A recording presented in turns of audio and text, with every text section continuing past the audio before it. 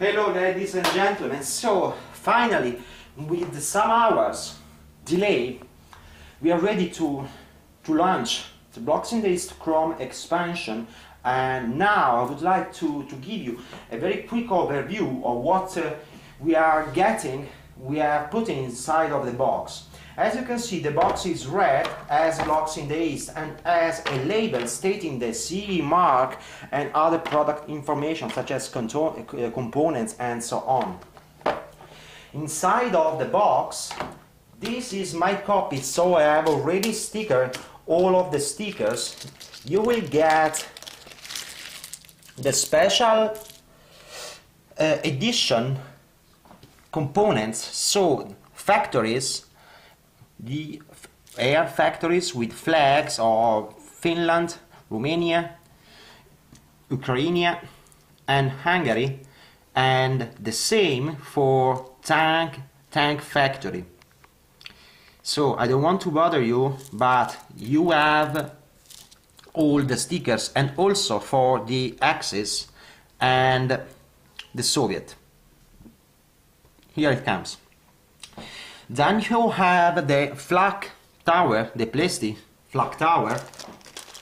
You have the barrels, replacing the old barrels we used at the beginning for Blocks in the East. And as you can see, I have one of the sticker on this barrel to mark, just in case the Soviet would lose the oil route.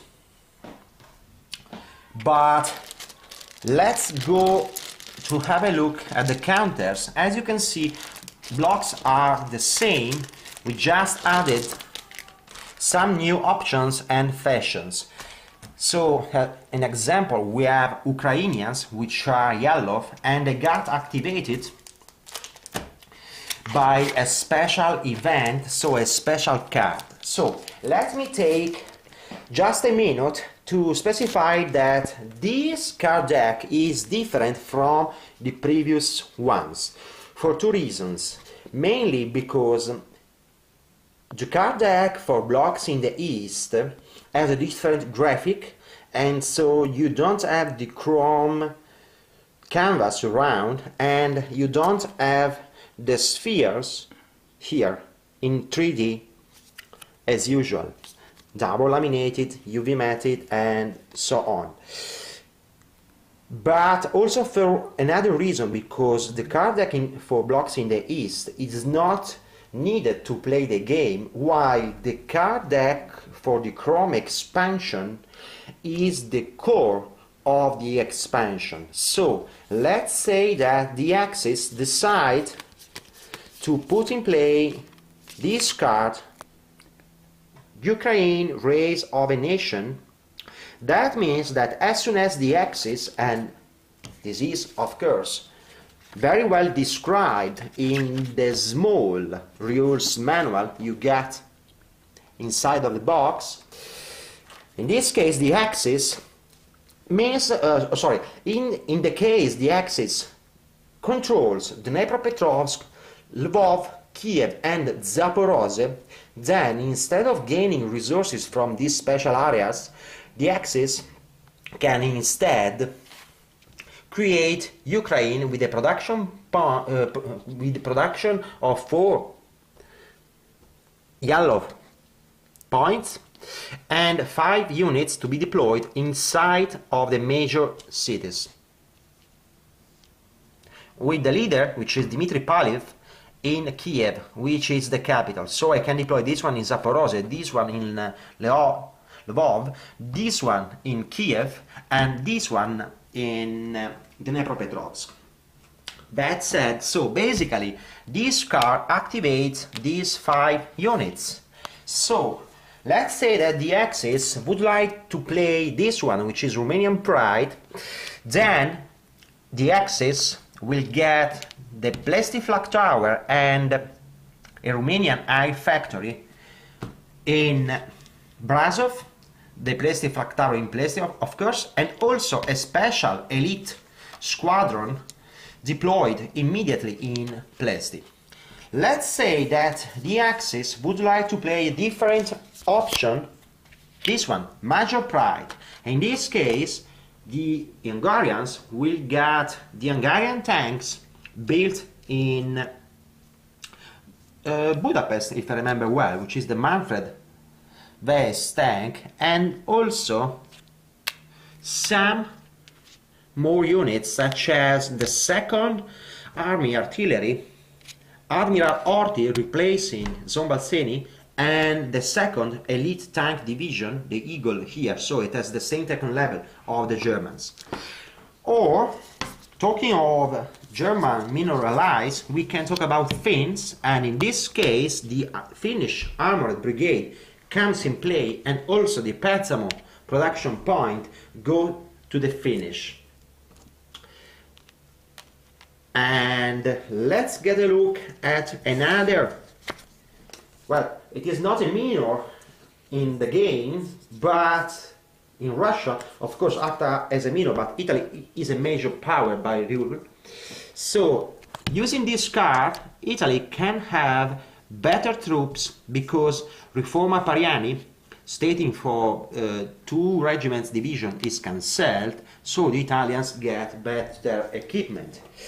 But we can also have something more for the Axis, and for example, we could have von Richthofen takes over Vlor, and in this case we will have to replace the old leader with Richthofen and add 2 really nasty planes, which are the transport plane able to resupply the German army encircled in Stalingrad, and the elite 8 Flieger Corps. It is the only 6-step air unit in the game, but as you can see the number is blue. That means that it is a sort of one-shot wonder. As soon as this unit goes to 4, you cannot rebuild the 6 in the future. And talking about the Axis, we have 2 more options, which are the Luftwaffe and the SS heavy deployment. That means that we will have, in this case, 4 more SS units arriving, and one of them arrives in Budapest because it was Hungarian, and it is noted because of the icon here, or the Luftwaffe heavy deployment, so you will get 2 extra field corps. But what about the Soviets? They got some advantages too. So, for example, they have the option to put in play the Cossack mountain cavalry. So 3 brand new units deployed in Georgia, Armenia and Azerbaijan with a special ability because they are mountain cavalry. So they have both the bonus of mountain and cavalry units. Then the Soviets has another very important card, which is the Stalin Line card. Playing this card, you will be able to deploy this force accordingly to this position on the map. So 4 along the old Stalin Line, more or less in this position, and the last one will be in Brest-Litovsk. All of them come in play at minimum strength, but as soon as they got destroyed or disbanded, they may rebuild anywhere by the Soviet player. Then we have 2 more options. One, NKVD will allow the Soviet player to add 2 more dice when defending, and the last one, Greece does not give up easily. This card is really nasty because as a consequence 8 German units will not start Barbarossa from June, but they will arrive later as reinforcement, as in June they are still engaged in heavy fighting in Greece.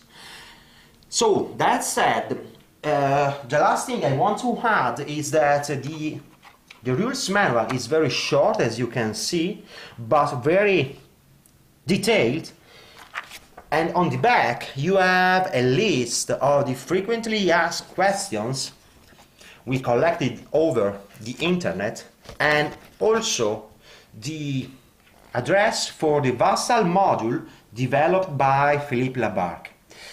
That said, we will release this one in, I guess, some hours. Not today, just because I don't like Friday 13, so it would be probably Saturday 14. That said, have fun.